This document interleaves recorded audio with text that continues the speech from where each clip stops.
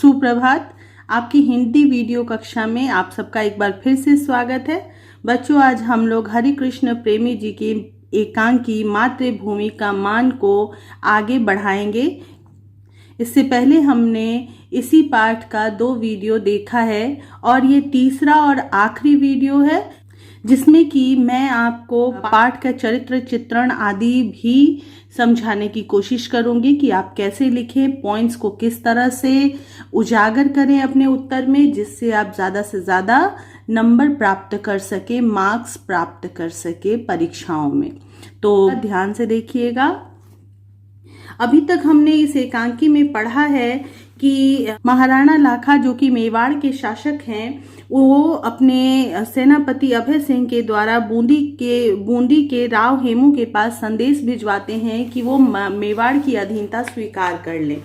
और साथ ही साथ वो कहते हैं कि इसका कारण ये है कि राजपूत जो हैं वो अलग अलग क्षेत्रों में, अलग अलग देशों में इस तरह से बट गए हैं कि छोटे छोटे टुकड़े होकर वो शक्तिहीन हो गए हैं। तो उन सबको एक सत्ता में लाने की कोशिश की जा रही है, जिससे कि उनको संगठित करके राजपूतों की शक्ति बढ़ाई जा सके, ताकि वो विदेशी आक्रमणकारियों से अपनी और अपने देश की रक्षा कर सकें।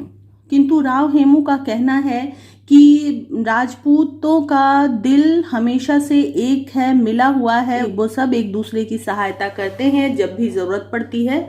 उनको अपनी अधीनता में यानी अपनी गुलामी में बांध कर रखने की कोई ज़रूरत नहीं है। और अगर ऐसी कोशिश की जाएगी तो उनके दिलों में जो प्रेम है, जो सहायता करने की भावना है, वो खत्म हो जाएगा। एकता का सूत्र जो माला बना हुआ है वो सूत्र टूट जाएगा और ऐसा ना करें। इसके बाद मेवाड़ के सैनिकों ने बूंदी पर आक्रमण किया और बूंदी से वो हार गए।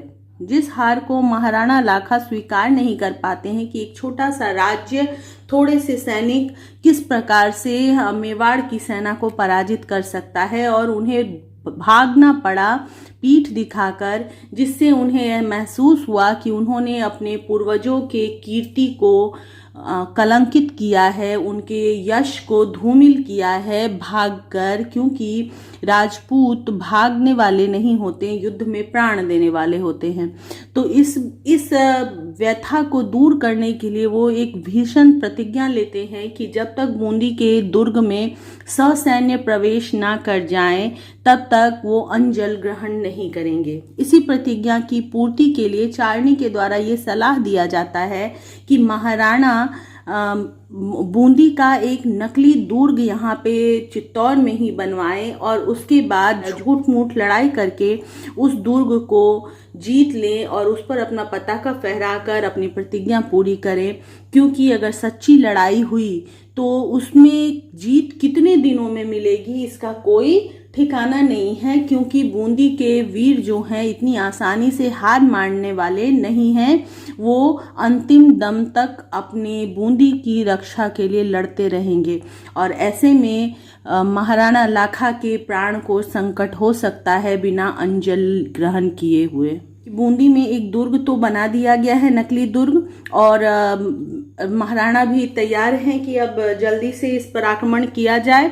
और साथ ही साथ वो कहते हैं कि कुछ सच्चाई होनी चाहिए, इसलिए वहाँ पे कुछ अपने ही राज्य के कुछ सैनिकों को खड़े कर दे ताकि वो लोग छूछे वार करें, झूठ मूठ का वार करें, और फिर नाटक की तरह ही झूठ मूठ का युद्ध हो और उसके बाद महाराणा की सेना उस पर विजय प्राप्त करे और अपना झंडा फहरा दे।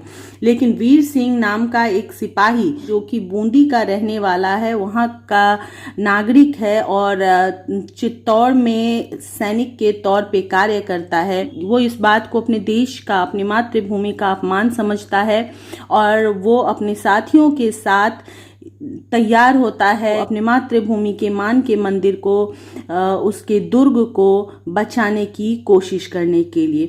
उसका विचार है कि बस जहां नाम भी आ जाए अपने मातृभूमि का, वहां पर भी अपने प्राण लुटा देने में कोई संकोच नहीं करना चाहिए। और ये बूंदी का दुर्ग तो हमारे देश का, हमारे मातृभूमि का मान का प्रतीक है। तो इसकी रक्षा करना, इसके सम्मान की रक्षा करना हमारा कर्तव्य है। भले हम वफादार हों चित्तौड़ के, लेकिन जब चित्तौड़ और बूंदी में से कोई एक चुनना पड़े तो हम बूंदी को निश्चित तौर पे चुनेंगे, और इसीलिए वो अपने साथियों के साथ वहाँ असली युद्ध करने को प्रस्तुत हो जाता है। आगे देखते हैं। पट परिवर्तित होता है, चौथा दृश्य शुरू होता है। स्थान बूंदी के नकली दुर्ग का बंद द्वार, महाराणा लाखा और अभय सिंह का प्रवेश। वही बूंदी का नकली दुर्ग और उसी के बंद द्वार के पास महाराणा और अभय सिंह प्रवेश करते हैं। महाराणा कहते हैं, सूर्य डूबने को आया, यह कैसी लज्जा की बात है कि हमारी सेना बूंदी के नकली दुर्ग पर अपना झंडा स्थापित करने में सफलता प्राप्त नहीं कर सकी। वीर सिंह और उसके मुट्ठी भर साथी अभी तक वीरता पूर्वक लड़ रहे हैं। महाराणा कहते हैं, सूर्य डूबने को आया अर्थात शाम होने का समय हो गया। सुबह से ये कोशिश की जा रही है, युद्ध किया जा रहा है कि इस दुर्ग में प्रवेश करें और इस दुर्ग का विध्वंस करें। लेकिन कितनी शर्मनाक बात है कि सेना वीर सिंह और उसके थोड़े से मुट्ठी भर यानी थोड़े से साथी अभी तक लड़ रहे हैं और हमारी सेना उस दुर्ग में अभी तक प्रवेश नहीं कर पाई, लाख कोशिश करने के बावजूद। अभय सिंह कहते हैं, हाँ महाराणा, हम तो समझते थे कि घड़ी दो घड़ी में खेल खत्म हो जाएगा, लेकिन हमें छूछेबारों का मुकाबला करने के बजाय हाड़ाओं के अचूक निशानों का सामना करना पड़ा। अभय सिंह कहते हैं कि हाँ महाराणा, सही कह रहे हैं आप। हमारा विचार था कि घड़ी दो घड़ी में यानी कि बहुत थोड़े से समय में ये खेल खत्म हो जाएगा, इस नाटक को हम पूरा कर देंगे। लेकिन जैसा कि हमने सोचा था कि हमारे अपने सैनिक छूछे वार करेंगे, खाली वार करेंगे, हम लोगों को सिर्फ अंदर घुसना होगा, उसकी जगह पर ये हाड़ा लोग जो हैं, हाड़ा सैनिक जो हैं, उनके अचूक निशानों का सामना करना पड़ा। अचूक मतलब जो चूकता नहीं है, जो अपने निशाने पे ही जाकर लगता है, उससे भटकता नहीं है। तो हमें वैसे निशाने का सामना करना पड़ रहा है। यद्यपि ये लोग गिनती में थोड़े हैं, किंतु इन्होंने दीवारों की आड़ में उपयुक्त स्थान बनाकर हम पर गोली और तीर बरसाना प्रारंभ कर दिया है। अभय सिंह कारण बताते हैं कि हालांकि, यद्यपि अर्थात हालांकि ये लोग बहुत कम हैं, इनकी संख्या बहुत कम है, किंतु ये अंदर हैं और दीवारों की आड़ बनाकर इस तरह से ये लोग युद्ध कर रहे हैं कि उन तक हमारी गोली या हमारे तीर पहुंच नहीं पा रहे हैं। हमारी सेना इस आकस्मिक प्रहारों से भौचक्की हो गई, और जो सेना सिर्फ छूछेबार सहने के लिए आई थी, वो इस सच्ची लड़ाई को देखकर भौचक्की रह गई, आश्चर्यचकित रह गई। और आकस्मिक का मतलब अचानक। अब दुर्ग के भीतर के हाड़ाओं की युद्ध सामग्री समाप्त हो गई है। आपकी प्रतिज्ञा पूरी होने में कुछ ही क्षणों का विलंब है। अब अभय सिंह सांत्वना देते हैं कि चिंता ना करें, दुर्ग के भीतर जो हाड़ा है, उनके युद्ध की सामग्री यानी कि उनके तीर, उनके बंदूक, उनकी गोलियां समाप्त हो चुकी है, इसलिए वो बहुत कम ही समय में निश्चित तौर पे हार जाएंगे। आपकी प्रतिज्ञा पूरी होने में बस अब कुछ ही क्षणों का विलंब है, यानी कुछ ही क्षण का देर रह गया है। महाराणा कहते हैं, यह भी अच्छा ही हुआ कि हमारे इस खेल में भी कुछ वास्तविकता आ गई। यदि हमें बिना कुछ पराक्रम दिखाए ही दुर्ग पर अपना झंडा फहराने का अवसर मिल जाता तो मुझे जरा भी संतोष न होता। महाराणा कहते हैं कि चलो अच्छा हुआ कि इस लड़ाई में कुछ सच्चाई आ गई। अगर ऐसा नहीं होता, मुझे आसानी से अंदर घुसने को मिल जाता, तो शायद मेरे मन को संतोष नहीं मिलता, यानी कि वो खुशी नहीं मिलती कि मैंने हाड़ाओं को हराया या बूंदी के दुर्ग पर विजय प्राप्त किया। संतोष का मतलब होता है सेटिस्फैक्शन। और सच पूछो तो मुझे वीर सिंह की वीरता देखकर बड़ी प्रसन्नता हुई। मैं चाहता था कि ऐसे वीर के प्राणों की किसी प्रकार रक्षा हो सकती। ये कहने के बाद महाराणा वीर सिंह की वीरता की तारीफ भी करते हैं और कहते हैं कि मुझे उसकी वीरता को देखकर बहुत खुशी हो रही है। मैं चाहता हूं कि किसी तरह उसके प्राणों की रक्षा हो सके। अभय सिंह, मैंने भी जब दुर्ग से अग्नि वर्षा होते देखी तो मुझे कुछ आश्चर्य हुआ था और कुछ क्षणों के लिए सफेद झंडा फहराकर मैंने युद्ध रोक दिया था। अभय सिंह बताते हैं कि जब ऐसा उन्होंने सही में देखा था कि सच के गोली बंदूक अंदर से चल रहे हैं, तो उसने आश्चर्यचकित होते हुए सफेद झंडा फहराकर युद्ध को रोक दिया था। युद्ध रोकने के लिए सफेद झंडा फहराया जाता है, ये अमन का झंडा कहलाता है।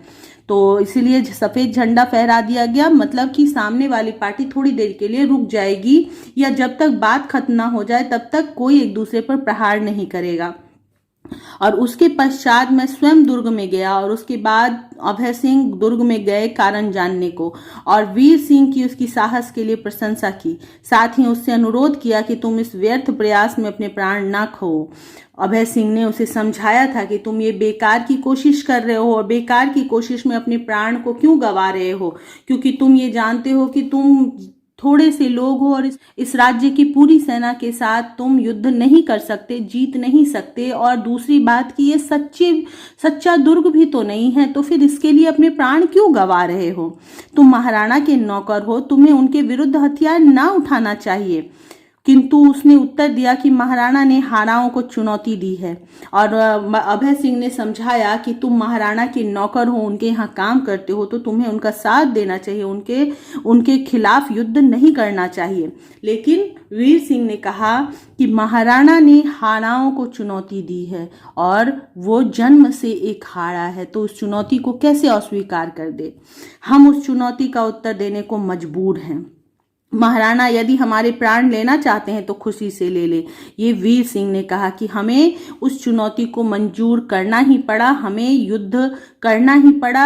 अगर महाराणा हमारे प्राण लेना चाहते हैं, हमसे युद्ध करना चाहते हैं, खुशी से ले ले, क्योंकि हमें अपने प्राणों का मोह नहीं है अपने मातृभूमि के मान के आगे। लेकिन हम इतने कायर और निष्प्राण नहीं हैं कि अपनी आंखों से बूंदी का अपमान होते देखें। और साथ ही साथ वो कहता है कि वो हमारी प्राण लेना चाहे तो ले ले, लेकिन हम इतने कायर, इतने डरपोक या इतने निष्प्राण यानी कि प्राणों से रहित जिसमें जान ना हो, वैसा नहीं है हम लोग। हम अपने आंखों से अपनी बूंदी का अपमान नहीं देख सकते। मेवाड़ में जब तक एक भी हारा है, नकली बूंदी पर भी बूंदी की ही पताका फहराएगी। और साथ ही साथ दृढ़ता से वो कहता है कि मेवाड़ में जब तक एक भी हारा जीवित है तब तक आप नकली बूंदी पर भी मेवाड़ की पताका यानी झंडा नहीं फहरा सकते हैं। महाराणा कहते हैं, निश्चय ही इन वीरों की जन्मभूमि के प्रति आदर भाव सराहनीय है। यह मैं जानता हूं कि इन लोगों के प्राणों की रक्षा करने का कोई उपाय नहीं है। महाराणा दुखी हैं और कहते हैं कि मैं सराहना करता हूं इनकी देशभक्ति की और देश के प्रति इनकी सोच की सराहना करता हूं, तारीफ करता हूं, और मैं चाह करके भी इनके प्राणों की रक्षा नहीं कर सकता, क्योंकि मुझे उन्हें भी तो अपनी प्रतिज्ञा पूरी करनी है। इतने बहुमूल्य प्राण लेकर भी मुझे प्रतिज्ञा पूरी करनी पड़ेगी, और अगर वो प्रतिज्ञा नहीं पूरी करते हैं तो उनके अपने प्राण चले जाएंगे। इसलिए वो बहुमूल्य प्राण, बहुत कीमती प्राण उनको लेना पड़ेगा अपनी प्रतिज्ञा को पूरी करने के लिए। वह देखो, दुर्ग की उस दरार में खड़ा हुआ वीर सिंह कितनी फुर्ती से बाण वर्षा कर रहा है। अकेला ही हमारे सैकड़ों सैनिकों की टोली को आगे बढ़ने से रोके हुए है। तारीफ किए जा रहे हैं, महाराणा लाखा बता रहे हैं कि देखो अकेला वीर सिंह कितने सारे सैकड़ों सैनिकों को, सैकड़ों मतलब 100 की संख्या को सैकड़ा कहा जाता है, तो सैकड़ों सैनिकों की टोली को वो रोके हुए है अकेले ही। और उसकी तारीफ करते हुए कहते हैं, धन्य है ऐसे वीर। और साथ ही साथ वो कहते हैं, धन्य है वह माँ जिसने ऐसे वीर पुत्र को जन्म दिया, धन्य है वह भूमि जहाँ पर ऐसे सिंह पैदा हुए। साथ ही साथ उनकी माँ को की तारीफ करते हैं कि ऐसे वीर पुत्र को उन्होंने जन्म दिया। उस भूमि की भी तारीफ करते हैं, उस भूमि को भी धन्य कहते हैं जहाँ वीर सिंह जैसे सिंह यानी शेर पैदा होते हैं, जो किसी से डरते नहीं हैं, अपनी बात को सबके सामने रखने से हिचकते नहीं हैं। जोर का धमाका और प्रकाश होता है, और जब वो ये बात कह रहे होते हैं तभी जोरदार धमाका के साथ बहुत सारी रोशनी होती है। अब महाराणा कहते हैं, अरे देखो अभय सिंह, गोले के वार से वीर सिंह के प्राण पखेरु उड़ गए। अचानक गोले के वार से वीर सिंह की मृत्यु हो गई, ये बता रहे हैं बच्चों। प्राण पखेरु का मतलब होता है प्राण रूपी पखेरु, पखेरु यानी पक्षी।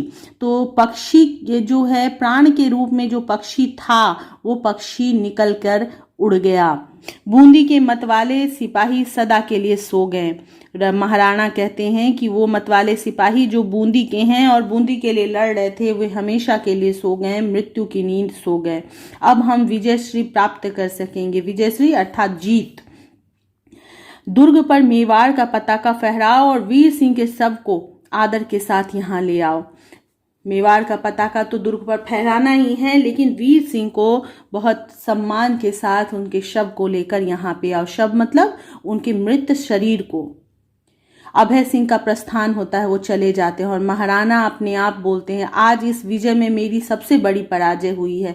व्यर्थ के दंभ ने आज कितने ही निर्दोष प्राणों की बलि ले ली। अपने आप से बात करते हुए महाराणा कहते हैं कि ये जीत तो मेरी हुई, मैं बूंदी के दुर्ग पर मैंने अपना पताका तो फहरा दिया, उसका विध्वंस तो कर दिया, लेकिन इस जीत में मेरी सबसे बड़ी पराजय हुई, सबसे बड़ी हार हुई। कारण कि व्यर्थ के दंभ यानी बेमतलब का जो घमंड था, मेरा घमंड कि मैं सबको अपने अधीन कर सकता हूँ, मेरा घमंड कि मैं सबसे श्रेष्ठ हूँ, इस दंभ ने, इस घमंड ने आज कितने निर्दोष प्राणियों की बलि ले ली है, कितने वीरों के, देशभक्तों की, निर्दोषों की जान ले ली है। और इस वजह से मेरी ये विजय जो है सबसे बड़ी पराजय है, मेरी हार है। तभी चारनी का प्रवेश होता है और चारनी कहती है, महाराणा अब तो आपकी आत्मा को शांति मिल गई होगी, अब तो आपने अपने सिर का कलंक का टीका धो लिया। यह देखिए, बूंदी के दुर्ग पर मेवाड़ के सेनापति विजय पताका फहरा रहे हैं। वह सुनिए, मेवाड़ की सेना में विजय दुदुम्भी बज रही है। बच्चों, चारनी महाराणा को यह एहसास दिलाने के लिए कि उनके व्यर्थ के घमंड ने कितने ही प्राणों का और कितने ही धन का, कितने ही लोगों का नुकसान कर दिया है, वो बताने के लिए ये बात कहती है। और कहती है कि अब आपकी आत्मा को शांति मिल गई होगी, चैन मिल गया होगा, क्योंकि आपने बूंदी के दुर्ग को जीत लिया और आपने अपने हार का पीठ दिखाने का जो था वो कलंक, उस कलंक के टीके को धो लिया। मेवाड़ के सेनापति विजय पताका भी फहरा रहे हैं और विजय दुदुम्भी, वो डंका, वो नगाड़ा जो होता है युद्ध की जीत का, वो भी बज रहा है आपके राज्य में, आपकी सेना के द्वारा। यानी आप तो जीत गए, आप खुश हो जाइए, आपने आप बहुत बड़ा काम किया। वो एहसास दिला रही है महाराणा को कि उन्होंने कितना गलत किया है। महाराणा चारनी की बातों को सुनकर कहते हैं, चारनी, क्यों पश्चाताप से विकल प्राणों को तुम और दुखी करती हो। पश्चाताप यानी अफसोस और विकल प्राण बेचैन प्राण। वो कहते हैं कि चारनी, जो पश्चाताप से मेरा मन या मेरा प्राण जो है विकल है, बेचैन है, उसे तुम और दुखी क्यों कर रही हो ऐसी बातें कह कह कर। न जाने किस बुरी सायत में मैंने बूंदी को अपने अधीन करने का निश्चय किया था। शायद मतलब मुहूर्त में। वो कहते हैं कि पता नहीं कौन सा ऐसा समय था, कौन सा ऐसा मुहूर्त था जिसमें मैंने बूंदी को अपने अधीन यानी अपने गुलाम करने का निश्चय किया था। बहुत बुरा समय था, मुझे ऐसा नहीं करना चाहिए था। वीर सिंह की वीरता ने मेरे हृदय के द्वार खोल दिए, मेरी आंखों पर से पर्दा हटा दिया है। साथ ही वह कहते हैं कि वीर सिंह की वीरता ने मेरे मन का द्वार खोल दिया। उसने मुझे बता दिया कि एकमात्र वीर आप नहीं हैं, एकमात्र आप ऐसे नहीं हैं जो चित्तौड़ को एक करके रख सकते हैं। चित्तौड़ का हर राजपूत अपने राज्य की रक्षा के लिए प्राण देने को तैयार है, उसके मान और सम्मान के लिए। उसने ही उनकी आंखों पर से पर्दा हटा दिया। आंखों पर से पर्दा हटाना एक मुहावरा है। ये क्या होता है? भ्रम दूर कर देना। इसका अर्थ होता है भ्रम दूर कर दिया। यानी कि महाराणा कहते हैं कि वीर सिंह की वीरता ने मुझे यह एहसास दिला दिया कि मैं सबसे बड़ा वीर नहीं हूँ, सबसे बड़ा देशभक्त नहीं हूँ। इस राज्य में जो भी हैं सब वीर हैं और सब देशभक्त हैं। अपनी देश की रक्षा के लिए ये सब कुछ भी कर सकते हैं। मैं देखता हूँ ऐसी वीर जाति को अधीन करने की अभिलाषा करना पागलपन है। और उसने मुझे समझा दिया कि ऐसी वीर जाति को, ऐसे वीर लोगों को जो अपने मातृभूमि की मान को सब अपने जान से ज्यादा महत्व देते हैं, ऐसे वीर जाति को अपने अधीन करना, उसको गुलाम बनाना, ऐसी अभिलाषा रखना, अभिलाषा मतलब चाहत, ऐसी चाहत रखना मेरा पागलपन ही था। चारनी कहती है, तो क्या महाराणा अब भी मेवाड़ और बूंदी के हृदय मिलाने का कोई रास्ता नहीं निकल सकता?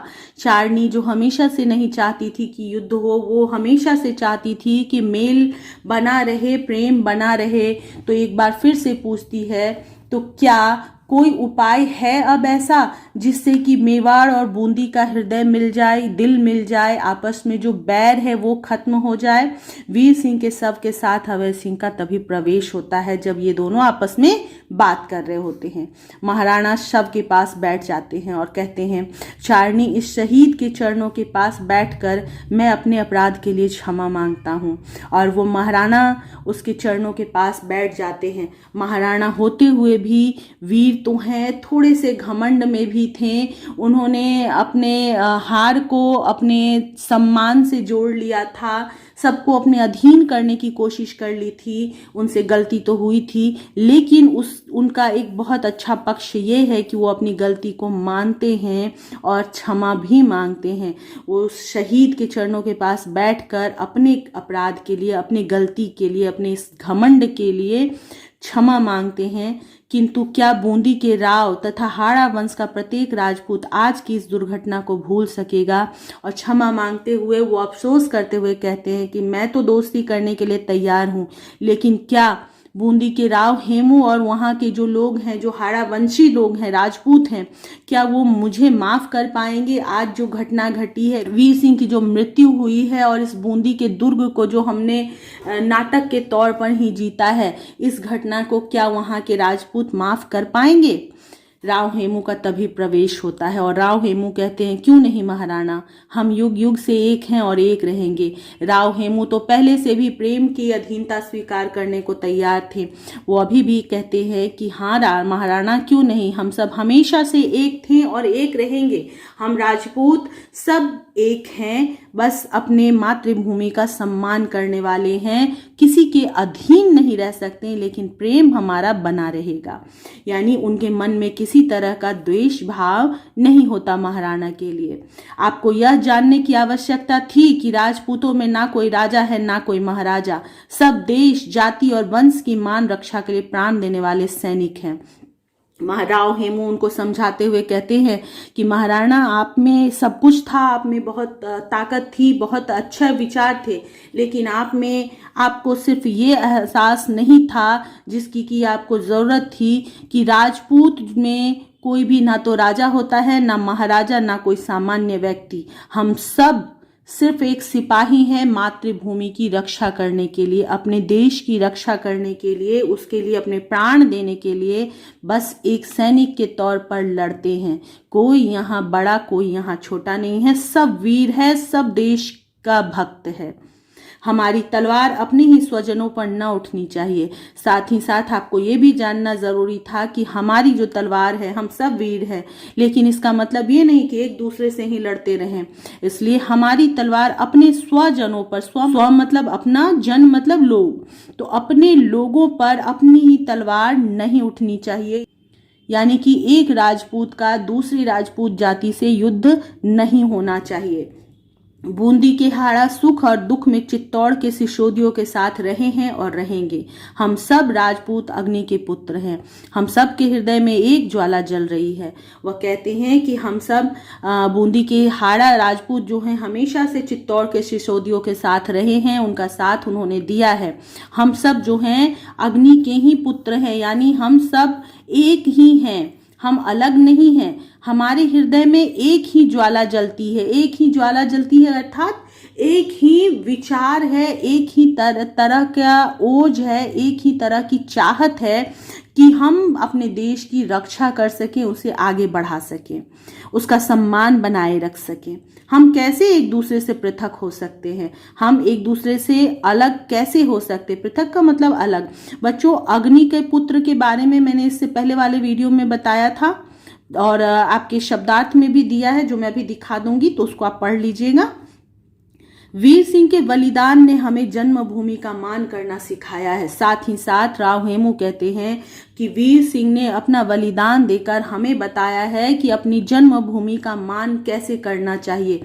उसका नाम भी जहां पर आ जाए, उसकी छाया भी जहां पर हो, उसके लिए भी, उसके सम्मान के लिए भी अपने प्राण देने से हिचकना नहीं चाहिए। महाराणा आगे कहते हैं, निश्चय ही महाराज, बिल्कुल सही कहा आपने। हम संपूर्ण राजपूत जाति की ओर से इस अमर आत्मा के आगे अपना मस्तक झुकाते हैं। और महाराणा सारे राजपूतों की तरफ से वीर सिंह के शव के आगे अपना मस्तक झुकाते हैं, उसको सम्मान देते हैं और सब बैठकर वीर सिंह के शव के आगे झुकते हैं। तभी पटाक्षेप होता है, यानी कि पर्दा गिर जाता है, नाटक का अंत होता है। बच्चों, हमने देखा कि इस पाठ के द्वारा लेखक हमें बताते हैं कि हम जो हैं अपने देश से हमारी पहचान होती है। हम जो हैं कितने भी बड़े हो जाएं, कहीं भी रहें, हमारे देश के प्रति हमारा जो सम्मान है, हमारा जो मान है, वो कभी हटना नहीं चाहिए। लेखक हमें समझा रहे हैं कि किस प्रकार अपने देश के नाम के आगे, नाम के लिए भी मर मिटने को तैयार होना चाहिए, किस तरह से उसे आगे बढ़ाना है, किस तरह से उसे सम्मान देना है। और ये हमारा परम कर्तव्य है, क्योंकि आप भी ये बात जानते हैं कि अगर आपके साथ आपके देश का नाम ना हो तो आप कहीं भी स्वीकार्य नहीं होंगे। यानी आज अगर आप अपने देश से बाहर जाते हैं तो जब तक आपके देश के पहचान पत्र, पासपोर्ट आपके पास नहीं होगा, दूसरा देश आपको स्वीकार नहीं करेगा। यानी आपकी पहचान उसी मातृभूमि से है, आपका जन्म उसी मातृभूमि में हुआ है और आप वहीं पे पले बढ़े हैं, तो आपका मातृभूमि के प्रति कुछ कर्तव्य है, कुछ कर्ज है जो चुकाना आपके लिए आवश्यक है। बच्चों, यहाँ मातृभूमि के का मान लेखक का परिचय दिया हुआ है, जैसा कि मैंने बताया है, तो इसको एक बार पढ़ जरूर लीजिएगा। कथानक पूरी कहानी मैंने हालांकि बता दी है, लेकिन छोटे रूप में इस कहानी को यहाँ पे दिया हुआ है, तो कथानक आप जरूर देख लीजिएगा, एक बार पढ़ लीजिएगा। इससे आपके बहुत सारे प्रश्नों के हल निकल जाएंगे और शॉर्ट करके किस तरह से किसी चीज को लिखा जाता है ये भी आप समझ पाएंगे। तो इसको आप जरूर एक बार देख लीजिएगा। मैं आपको वीडियो में बस दिखा रही हूं थोड़ा, ठीक है। अब आगे बढ़ते हैं आलोचनात्मक अध्ययन, अर्थात कि क्या अच्छा था इसमें और क्या बुरा हो सकता है। आलोचना का मतलब होता है क्रिटिसाइज, तो यही यहाँ पे दिखाया हुआ है और बहुत अच्छे से यहाँ पे लिखा गया है, तो इसको जरूर पढ़ने की कोशिश कीजिएगा। ये जो भी आपके सहायक पुस्तिका में दिया हुआ है, मेरी सलाह ये है कि इसको जरूर पढ़ा करें, बार बार ना भी पढ़े, याद ना भी करें, कम से कम एक बार या 2 बार तो जरूर पढ़ लें। यहाँ पर पाठ का उद्देश्य दिया हुआ है। बच्चों, मैंने अभी भी आप लोगों को बताया है पाठ का क्या उद्देश्य था। आप उन शब्दों को और इसको साथ में मिला करके भी आप लिख सकते हैं। हमारे देश से हमारी पहचान है, तो उसकी रक्षा करना, उसका सम्मान करना हमारा कर्तव्य है, पहला कर्तव्य। शीर्षक की सार्थकता यहाँ पर दी हुई है। साथ ही साथ आप लिख सकते हैं कि मातृभूमि के मान के लिए जिस तरह से एक वीर शहीद हो गया और पूरी कहानी उसी मातृभूमि के मान के इर्द गिर्द घूम रही थी, उसको देखते हुए ये शीर्षक सर्वथा उपयुक्त है। महाराणा लाखा के बारे में यहाँ पे दिया हुआ है। आप यहाँ पे लिख सकते हैं कि कुछ समय के लिए उनके मन में घमंड आया था, जिसके कारण उन्होंने कुछ गलत निर्णय भी लिया, कुछ गलत प्रतिज्ञा भी की, लेकिन अंत में जाते जाते उन्होंने अपनी गलती के लिए क्षमा भी मांगा और उन्हें अपने कृत्य पर अफसोस भी हुआ। राव हेमू के बारे में यहाँ बहुत विस्तार में दिया हुआ है, लेकिन आप जितना ज़रूरी हो उतना ही इसमें से नोट करेंगे, पूरी कहानी लिखने की कोई ज़रूरत नहीं है। तो आप उनके विषय में, उनकी विशेषता क्या थी, वो कितने दृढ़ प्रतिज्ञ थे, वो कर्तव्य परायण थे, देशभक्त थे, निर्भीक थे, स्वामी भक्त थे, उन्होंने किस तरह से इस बात को अस्वीकार किया कि हम लोग अधीन थे मेवाड़ के, और उन्होंने अपने सम्मान के लिए युद्ध करने से भी वो पीछे नहीं हटे, और साथ ही साथ अंत में बड़ा दिल दिखाते हुए, अपना बड़ा मन दिखाते हुए महाराणा लाखा को क्षमा भी कर दिया उन्होंने। तो ये बात आप लिख सकते हैं उनके बारे में।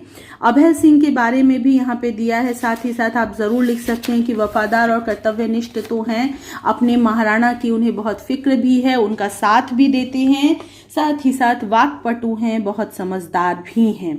यहाँ पे वीर सिंह के बारे में कुछ नहीं दिया हुआ है बच्चों, तो मैंने इसमें कुछ पॉइंट्स यहाँ पे सिर्फ लिख दिए हैं कि वो वीर है, देशभक्त हैं, कुशल योद्धा हैं, कुशल नेतृत्वकर्ता हैं,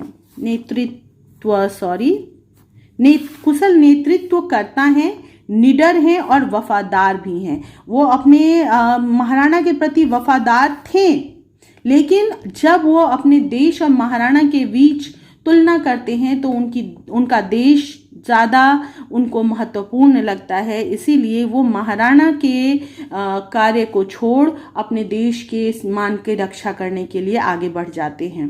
इन बातों को साबित करने के लिए आप देख सकते हैं कि वो देशभक्त और निडर इस तरह से थे कि उन्होंने ये भी फिक्र नहीं किया कि इस राज्य के सारे सैनिक हमसे लड़ेंगे, हम कुछ लोग निश्चित तौर पे मर जाएंगे, लेकिन फिर भी ये जानते हुए भी उन्होंने युद्ध किया और महाराणा लाखा का विरोध किया अपनी मातृभूमि का अपमान करने से। वो कुशल योद्धा थे, ये बात साबित होती है ये देखकर कि वो किस प्रकार वो अकेले सैकड़ों के टोली को रोके हुए थे और किस प्रकार से उन लोगों ने अपने लिए एक आड़ बनाकर युद्ध करना शुरू किया था, जिससे इतने लंबे समय तक उतने संख्या वाले सेना को रोक पाए थे। तो ये सब चीज़ें आप उसमें नोट कर सकते हैं, लिख सकते हैं। चारनी के बारे में भी नहीं दिया हुआ है तो मैंने लिख दिया है कि वो विदुषी हैं, देशभक्त हैं, उचित वक्ता भी हैं, सही बात कहती हैं, महाराणा हो फिर भी वो उनको एहसास दिलाती हैं कि आपसे ये गलती हुई है। अच्छी सलाहकार भी हैं वो। उन्होंने महाराणा को उचित समय पर अच्छी सलाह दी कि आप अभी युद्ध ना करें और एक नकली दुर्ग बना करके अपने प्रतिज्ञा की पूर्ति करें, ताकि बहुत ज़्यादा जान और माल की क्षति ना पहुँचे, लोगों के मन में विद्वेष की भावना ना पैदा हो। तो ये सारी चीज़ें आप उनके बारे में लिख सकते हैं। जैसा कि मैंने आपको कहा था, राजपूत अग्नि के पुत्र हैं। ये देखिए, राजपूत अग्नि के पुत्र है। पौराणिक कथाओं के अनुसार जब ब्रह्मर्षि विश्वामित्र ने, हालांकि यहाँ विश्वामित्र नहीं होना चाहिए, यहाँ परशुराम होना चाहिए, परशुराम ने पृथ्वी पर से क्षत्रिय जाति का विनाश कर दिया था, तब ब्रह्मर्षि वशिष्ठ ने क्षत्रिय जाति को पुनः उत्पन्न करने के लिए आबू पर्वत पर एक यज्ञ किया था। और यज्ञ की वेदी में से, यानी वो जो अग्नि थी, जिस वेदी जो जल रही थी अग्नि, उसमें से 4 पुरुष निकले और उनका वो थे चौहान, चालुक्य, प्रतिहार और परमार। और इन्हीं से जिनसे 4 क्षत्रिय कुल बने जो कि अग्निवंशी राजपूत कहलाए। और इन्हीं से आज जितने भी राजपूत जाति हैं वो इन्हीं 4 वंशों से आगे बढ़ते गए, इसीलिए उन्हें अग्निवंशी कहते हैं, क्योंकि वो यज्ञ के अग्निवेदी में से निकले थे। दूसरी एक जरूरी बात थी कि रघुकुल रीत सदा चली आई, प्राण जाहि पर वचन न जाई। आपने एक पंक्ति इसको पढ़ा था, आपके पुस्तक में है, प्राण जाहि पर वचन न जाई, तुलसीदास के रामचरितमानस से ली गई है। इसमें इसके कहने का मतलब है कि जो रघुकुल की जो रीति है, जो नियम है, वो हमेशा से ये चली आई है कि लोग प्राण देने तक को तैयार हो जाएंगे, लेकिन जो प्रतिज्ञा उन्होंने किया है उस प्रतिज्ञा से वो पीछे नहीं हटेंगे। जो बात उन्होंने कह दी उस बात को वो पूरा करेंगे, चाहे उसके लिए उन्हें प्राण भी देना पड़े। रघुकुल रीत है ये।